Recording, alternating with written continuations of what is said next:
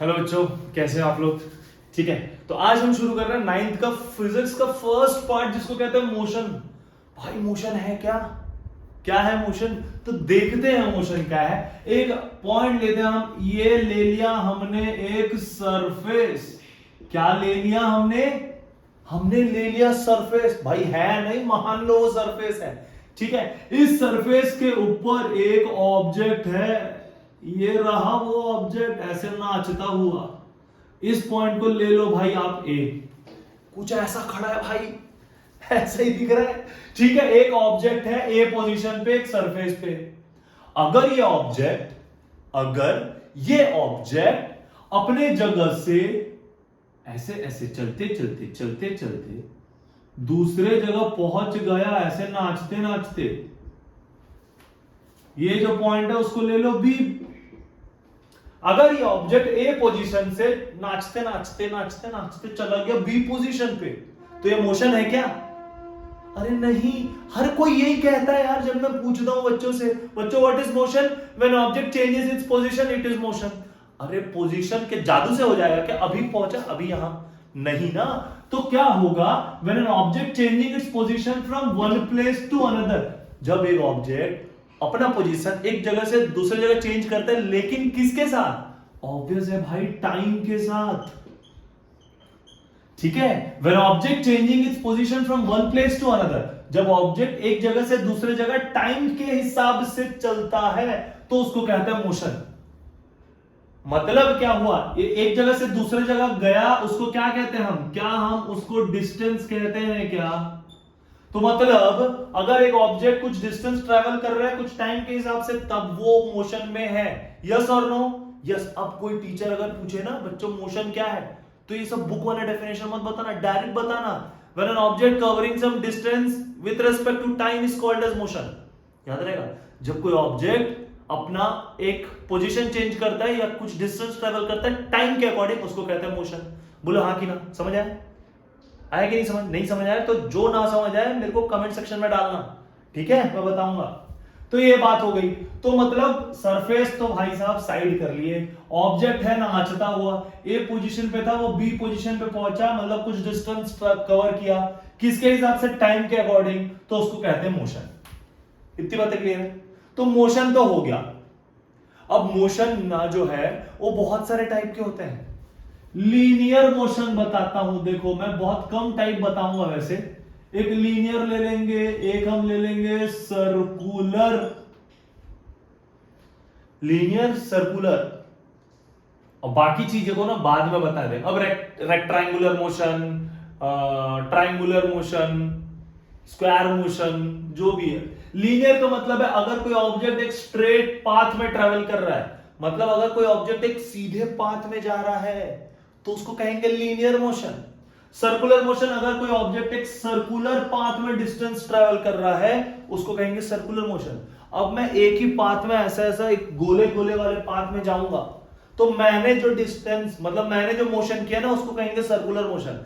इसका मतलब क्या, जो मोशन है वो पाथ पे डिपेंड कर रहा है भाई, पाथ पे, जैसा रास्ता वैसा मोशन, सीधा रास्ता सीधा मोशन, टेढ़ा मेढ़ा रास्ता टेढ़ा मेढ़ा मोशन, गोल रास्ता गोल मोशन। क्लियर है, बात समझ आई इतनी, पक्का, ठीक। ये तो हो गया भाई मोशन। अब मोशन के जो बेसिक टाइप्स है उसके पहले दो चीज पता करते हैं। हमको टाइम पता है, हाँ है, हमको डिस्टेंस पता है, हाँ है। तो बताओ डिस्टेंस का डेफिनेशन, पढ़े हो कहीं, बताओ क्या होता है डिस्टेंस का डेफिनेशन। भाई डिस्टेंस का मतलब होता है the measured quantity between two fixed point is called as distance.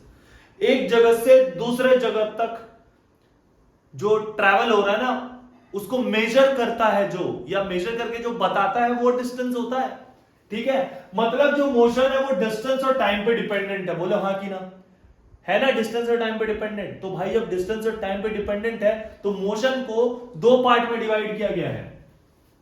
एक है आपका यूनिफॉर्म मोशन और एक है non uniform motion.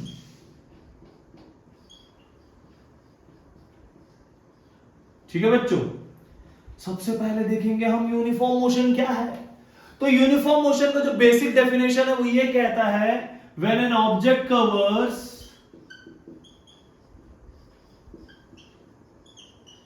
Equal distance in equal interval of time.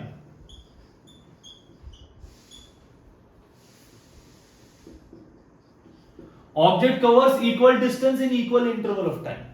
ठीक है, देखते हैं।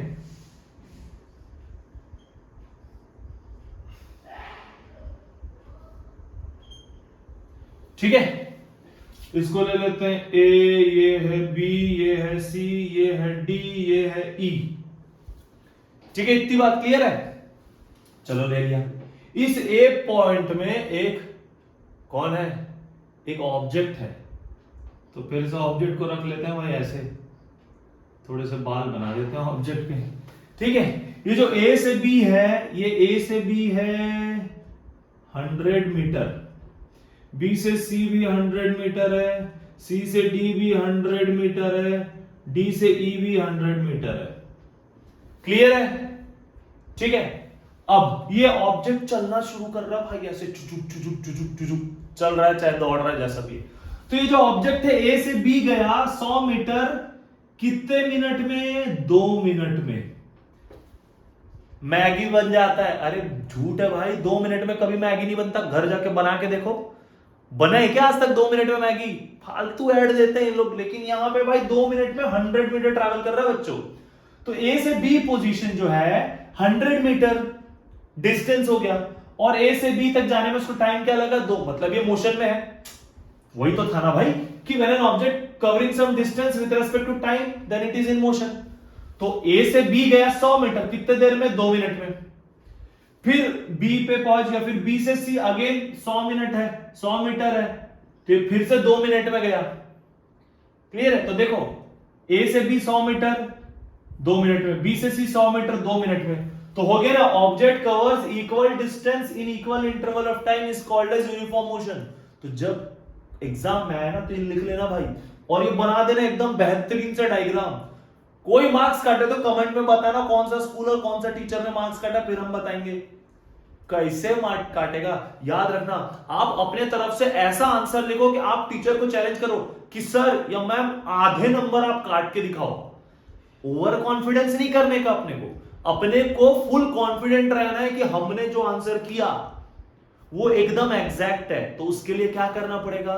उसके लिए आपको छोटी से छोटी चीजों का ध्यान रखना पड़ेगा कि हमारे टीचर्स हमारे मार्क्स ना काट पाए। अब टीचर घर से सोच के नहीं आता कि जब आपका आंसर शीट भाई आज तो मार्क्स ही काटना है, पूरे 0 करके फेल कर देना है, नहीं। आप मजबूर करते हैं टीचर को वैसे चेकिंग करने के लिए। ठीक है, तो आपके answer like your answer should always be like कि हम तो आधे मार्क्स नहीं कटवाएंगे। ठीक है, चलो देखते हैं। तो ए से बी 100 मीटर 2 मिनट में, बी से सी 100 मीटर 2 मिनट में, तो हो गया ना इक्वल डिस्टेंस इक्वल टाइम में। तो ऐसा मोशन जो equal distance in equal time में कवर करता है उसको कहते हैं यूनिफॉर्म मोशन। याद रहेगा, इक्वल डिस्टेंस इक्वल टाइम में कवर करने वाले मोशन को कहते हैं यूनिफॉर्म मोशन। बोलो क्लियर है कि नहीं? पक्का? आगे बढ़े। अब देखो भाई, ये था एक लड़का, यहां पे है एक सुंदर सी कन्या।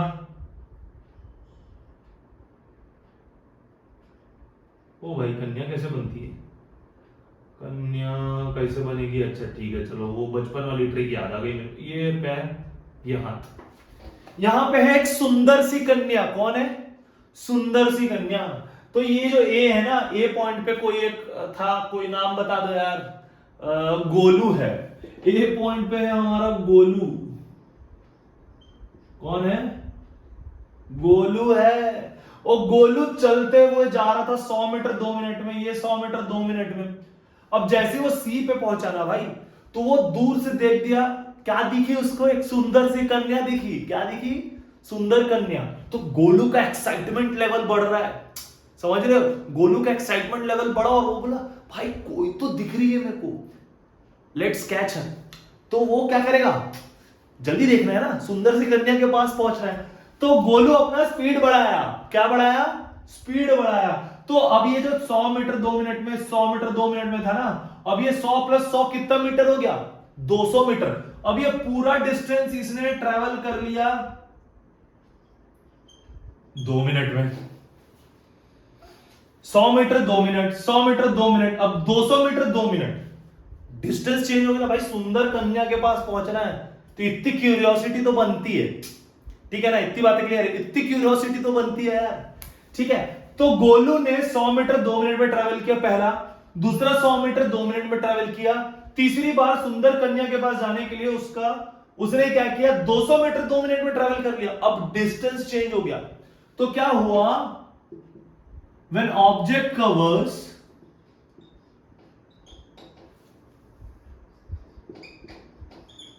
unequal distance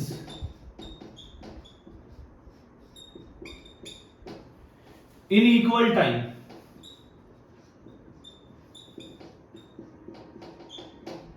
ठीक है, object covers unequal distance in equal time. देखो भाई 100 में 2, 100 में 2, 200 में 2, तो अनइक्वल डिस्टेंस हो गया ना।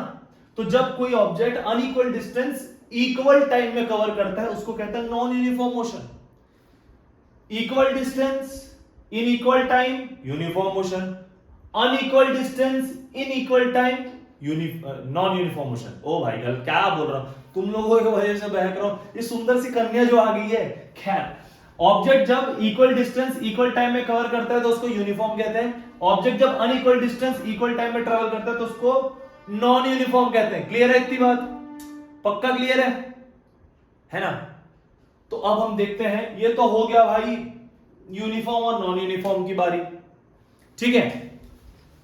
अब यूनिफॉर्म नॉन यूनिफॉर्म तो हो गया, अब देखो जब यूनिफॉर्म और नॉन यूनिफॉर्म की बात हो गई, तो जब हम यूनिफॉर्म नॉन यूनिफॉर्म की बात कर रहे थे तो दो चीज आ रहा था, एक था डिस्टेंस, एक था टाइम। तो हम ऑलरेडी पढ़े हैं लेकिन हम एक बार फिर देखते हैं स्पीड। क्या आपको पता है स्पीड क्या भाई, कितने तेजी से गोलू सुंदर कन्या की तरफ जा रहे थे, तेजी से, याद रखना। तो दैट तेजी इज डिनोटेड बाय स्पीड, ठीक है। तो स्पीड क्या हो जाएगा भाई, कितना डिस्टेंस कितने टाइम में। अब उसने 200 मीटर को 2 मिनट में ट्रैवल कर लिया ना, तो मतलब स्पीड क्या हो जाएगा भाई, distance travelled per unit time is called as speed. Golu ने सुंदर कन्या तक पहुंचने के लिए कितना डिस्टेंस कितने देर में कवर किया, उसी को कहते हैं स्पीड। पक्का क्लियर है ना, इतनी ये तो छठवीं से पढ़ते आ रहे हो। लेकिन मैं एक चीज इंट्रोड्यूस कर रहा हूं जिसके बाद मैं क्लास में आगे बढ़ूंगा, वो है क्वांटिटी, क्योंकि ये पढ़ाना बहुत जरूरी है। क्वांटिटी होता है दो टाइप का, पहला होता है स्केलर क्वांटिटी और दूसरा होता है vector quantity. Scalar quantity, vector, scalar vector, scalar vector, लेकिन है क्या, बहुत सुने होंगे। स्केलर क्वांटिटी ऐसी क्वांटिटी है जिसके पास मैग्नीट्यूड होता है।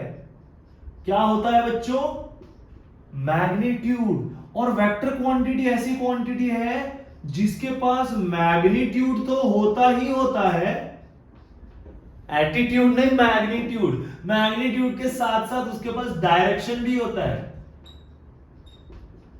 लेकिन आज मैं आपको एक नया चीज बताऊंगा जो आपने शायद ही सुना होगा, लेकिन अगर आप ये आंसर अपने क्लास में करते हो ना तो आप एकदम अलग हो जाओगे, समझ रहे हो, एकदम अलग। टीचर्स ने पूछा बताओ वेक्टर क्वांटिटी क्या है, तो हर कोई बोलता है वेक्टर क्वांटिटी ऐसी क्वांटिटी होती है जिनके पास मैग्नीट्यूड और डायरेक्शन दोनों होता है। लेकिन मैं बोलूंगा नहीं, हर वो चीज जिसके पास मैग्नीट्यूड और डायरेक्शन है वो वेक्टर नहीं होता।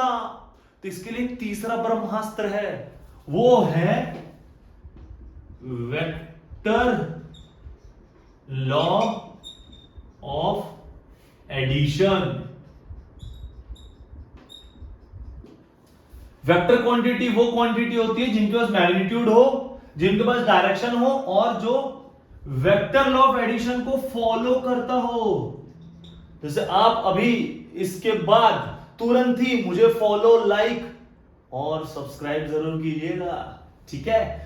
जोक सपाट, ऐसा कुछ नहीं है, आपकी मर्जी करो, कोई दिक्कत नहीं।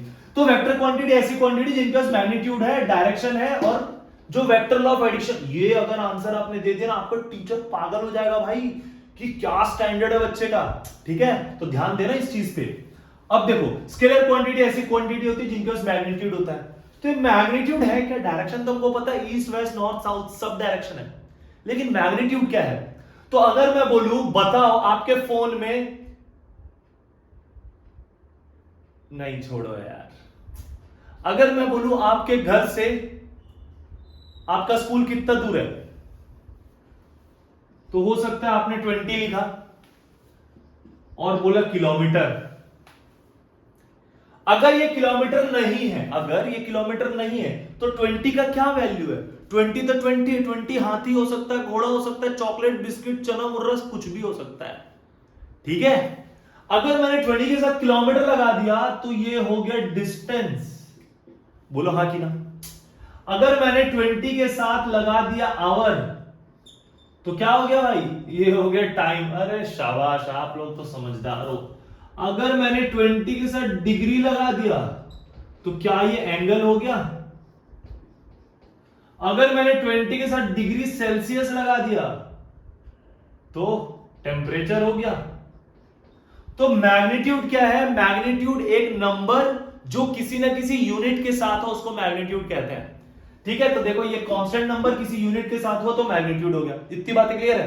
तो ऐसा क्वांटिटी जिसके पास मैग्नीट्यूड होता है वो स्केलर क्वांटिटी है। ऐसी क्वांटिटी जिनके पास मैग्नीट्यूड हो, डायरेक्शन हो, वो वेक्टर क्वांटिटी है। और ये जो मैंने बताया ना, ये ब्रह्मास्त्र है भाई। आपने अगर ये आंसर दे दिया तो आप टॉपर हो अपने क्लास के। ऐसा कुछ होता नहीं है, लेकिन आपको याद करना पड़ेगा। वो ये है कि वेक्टर क्वांटिटी ऐसी क्वांटिटी जिनके पास मैग्नीट्यूड, डायरेक्शन हो। स्केलर क्वांटिटी वो क्वांटिटी जिनके पास मैग्नीट्यूड हो। क्लियर है इतनी बात? पक्का? अब मैंने बोला 20 किलोमीटर तो मैग्नीट्यूड हुआ ना, तो स्केलर क्वांटिटी हो गया।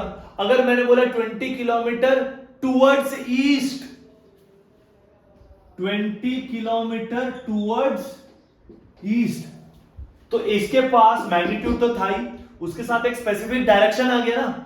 तो जिसके पास मैग्नीट्यूड के साथ एक स्पेसिफिक डायरेक्शन हो उसको हम वेक्टर क्वांटिटी कहते हैं। ठीक है ना? ठीक है, इतनी बात क्लियर है? तो वेक्टर क्वांटिटी ऐसी क्वांटिटी जिनके पास मैग्नीट्यूड और डायरेक्शन दोनों हो। स्केलर क्वांटिटी ऐसी क्वांटिटी जिनके पास सिर्फ और सिर्फ मैग्नीट्यूड हो। क्लियर है?